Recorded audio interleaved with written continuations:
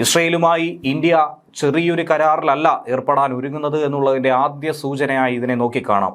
ഒന്നും രണ്ടുമല്ല, 8,000 കോടി രൂപയുടെ പ്രതിരോധ കരാർ, കരുത്തു പകരാൻ 6ഓളം വമ്പൻ ടാങ്കർ വിമാനങ്ങൾ.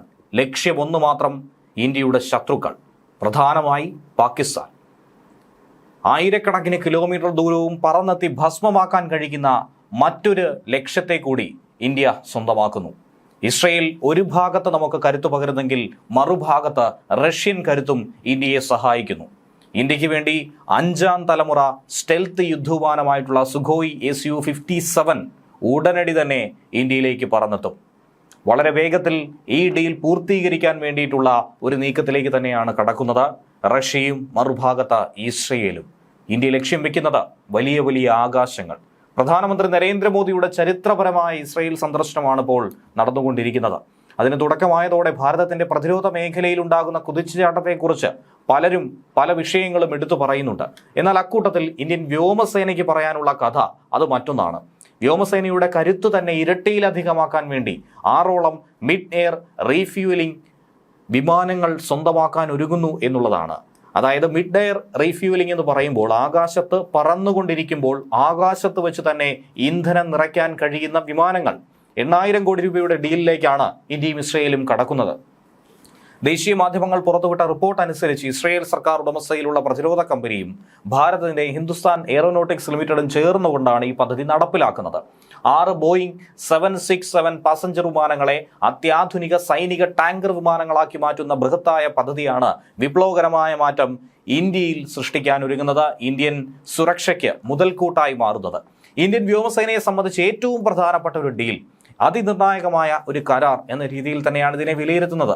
നിലവിൽ വ്യോമസേനയുടെ പക്കലുള്ള 6 റഷ്യൻ നിർമ്മിത IL-78 ടാങ്കർ വിമാനങ്ങൾ ഏറെ കാലപ്പഴക്കം ചെന്നവയാണ്.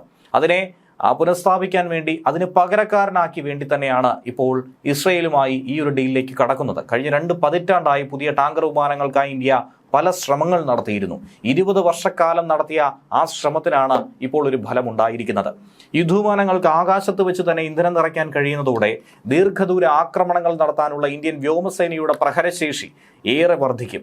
നിലവിൽ മറ്റു രാജ്യങ്ങളിൽ നിന്നും വിമാനങ്ങൾ വാടകയ്ക്കെടുത്തുകൊണ്ടാണ് ഈ കുറവ് നാം നികത്തിക്കൊണ്ടിരിക്കുന്നത്. ഇനി അതിൻ്റെ ആവശ്യകത വരില്ല എന്ന് സാരം.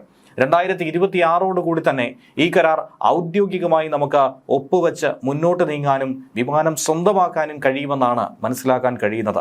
ഇനി മറുഭാഗത്ത് പറയുകയാണെങ്കിൽ ഇന്ത്യ ശക്തമായി തന്നെ പ്രതിരോധ മേഖലയിൽ കാര്യങ്ങൾ പഴുതടച്ചുകൊണ്ടുള്ള സുരക്ഷയ്ക്ക് ഊട്ടിയുറപ്പിക്കുന്നു എന്ന വ്യക്തമായൊരു സൂചന കൂടിയാണ് കിട്ടുന്നത്. നമുക്കറിയാം, അമേരിക്ക പല രീതിയിൽ ഇന്ത്യയെ വീർപ്പുമുട്ടിക്കാനായി ശ്രമിച്ചുവെങ്കിൽ പോലും ഇന്ത്യയുടെ നിലപാടിൽ ഉറച്ചു നിന്നുകൊണ്ട്, ഇന്ത്യയുടെ അഖണ്ഡത എടുത്തു പറഞ്ഞുകൊണ്ട് ശക്തമായി തന്നെ അമേരിക്കയെ വെല്ലുവിളിച്ചിരുന്നു. അമേരിക്കൻ സമ്മർദ്ദത്തെ തുടർന്ന് റഷ്യൻ എണ്ണ ഇറക്കുമതി താൽക്കാലികമായി നിർത്തിവെക്കേണ്ട ഒരു സാഹചര്യം സംജാതമായി വരുന്നെങ്കിൽ പോലും റഷ്യയുടെ 5ാം തലമുറ സ്റ്റെൽത്ത് യുദ്ധവിമാനം സ്വന്തമാക്കുന്നതിലോ പ്രതിരോധ ഉപകരണ വിപണിയിൽ ഇടപെടാനോ അമേരിക്കയ്ക്ക് കഴിയുന്നില്ല എന്ന് വേണം മനസ്സിലാക്കാൻ.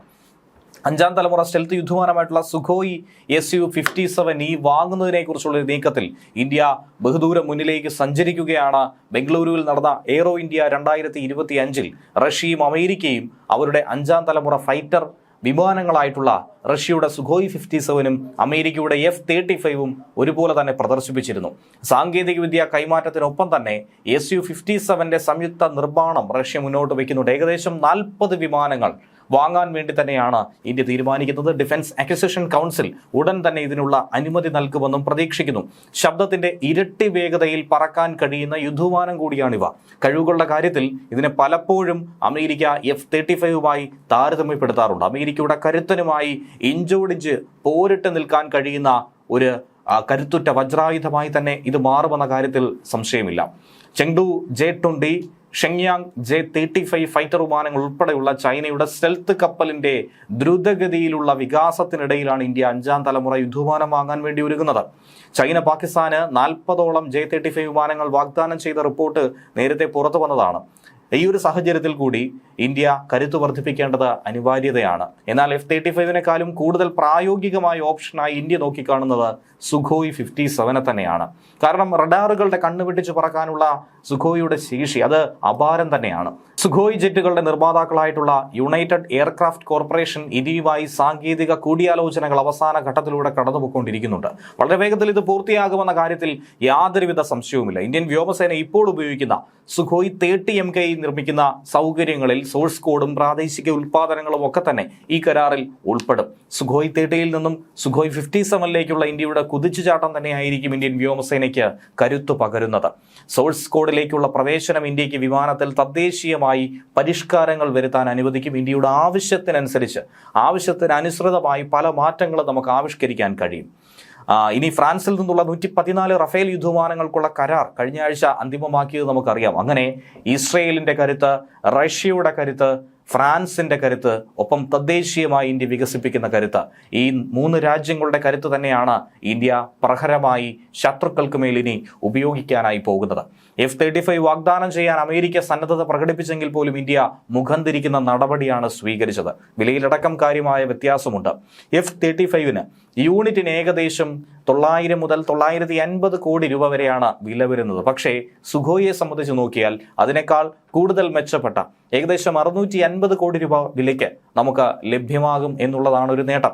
ഇന്ത്യക്ക് ഒരു പ്രധാന ഘടകമായിട്ടുള്ള സോഴ്സ് കോഡ് ആകട്ടെ അമേരിക്ക ഒരു കാരണവശാലും പങ്കിടില്ല. റഷ്യയുമായി അങ്ങനെയല്ല. സാങ്കേതിക വിദ്യ കൈമാറ്റമടക്കം റഷ്യയുമായും ഇസ്രയേലുമായും നമുക്കുള്ളത് കൊണ്ട് തന്നെ ഏറ്റവും ഒടുവിൽ ഇപ്പോൾ റഫേലുമായി പറയുമ്പോൾ ഫ്രാൻസുമായും അതിലേക്ക് കടന്നിരിക്കുന്ന സാഹചര്യത്തിൽ എന്തിന് നാം അമേരിക്കയെ ആശ്രയിക്കണം എന്നുള്ള ചോദ്യമാണ് ഉയരുന്നത്. പ്രത്യേകിച്ച് ഈ സവിശേഷ സാഹചര്യങ്ങളിൽ ഒരു കാരണവശാലും അമേരിക്കയെ വിശ്വസിക്കാൻ കൊള്ളാവുന്ന ഒരു പങ്കാളിയായി ഈ ഘട്ടം വരെയും നമുക്ക് വിലയിരുത്താൻ കഴിഞ്ഞിട്ടില്ല. ഇനി സുഖോയ് എന്തുകൊണ്ട് എന്ന് ചോദിച്ചാൽ അതിന്റെ സവിശേഷതകൾ തന്നെയാണ് വേറിട്ട് നിർത്തുന്നത്. ഇരട്ട എഞ്ചിൻ മൾട്ടി റോൾ യുദ്ധവിമാനമാണ് സുഖോയ്. ഏകദേശം 2130 കിലോമീറ്റർ മണിക്കൂറിൽ പരമാവധി സഞ്ചരിക്കും. ഏകദേശം 10,000 കിലോഗ്രാം പേലോഡ് ശേഷിയുണ്ട്. Multi tracking SH-121 radar system ഉൾപ്പെടുത്തിയിട്ടുണ്ട്.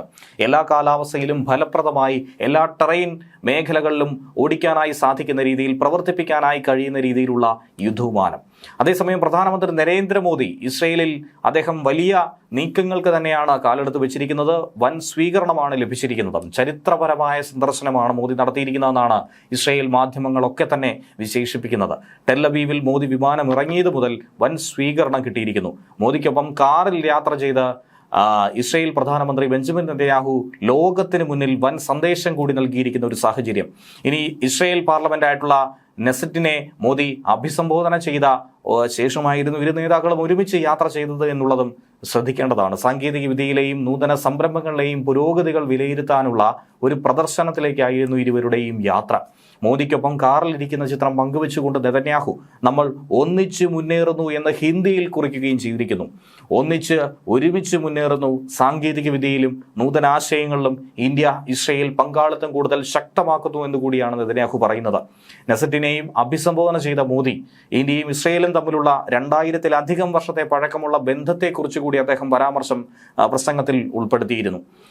താൽമുദിലും പുരാതന ഗ്രന്ഥങ്ങളിലും ഇന്ത്യയുമായുള്ള വ്യാപാരത്തെക്കുറിച്ച് പരാമർശമുള്ള കാര്യവും മോദി ഓർമ്മിപ്പിച്ചു. നെസറ്റിലെ അംഗങ്ങളുമായി ആശയവിനിമയം നടത്താനും അദ്ദേഹം മടിച്ചില്ല.